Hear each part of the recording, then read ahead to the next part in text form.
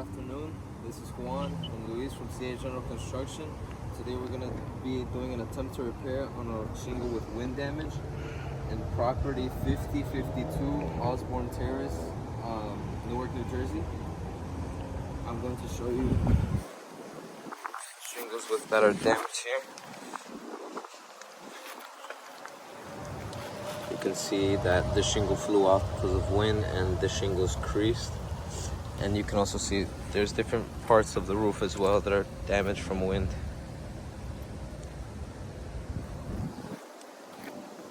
But we're going to attempt to repair now. And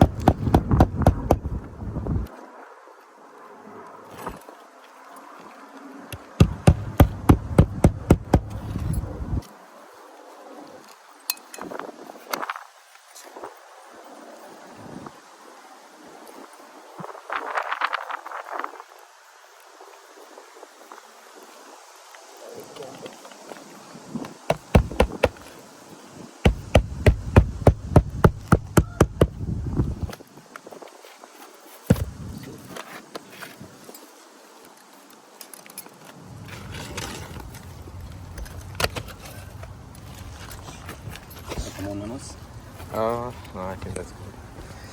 So the repair is done.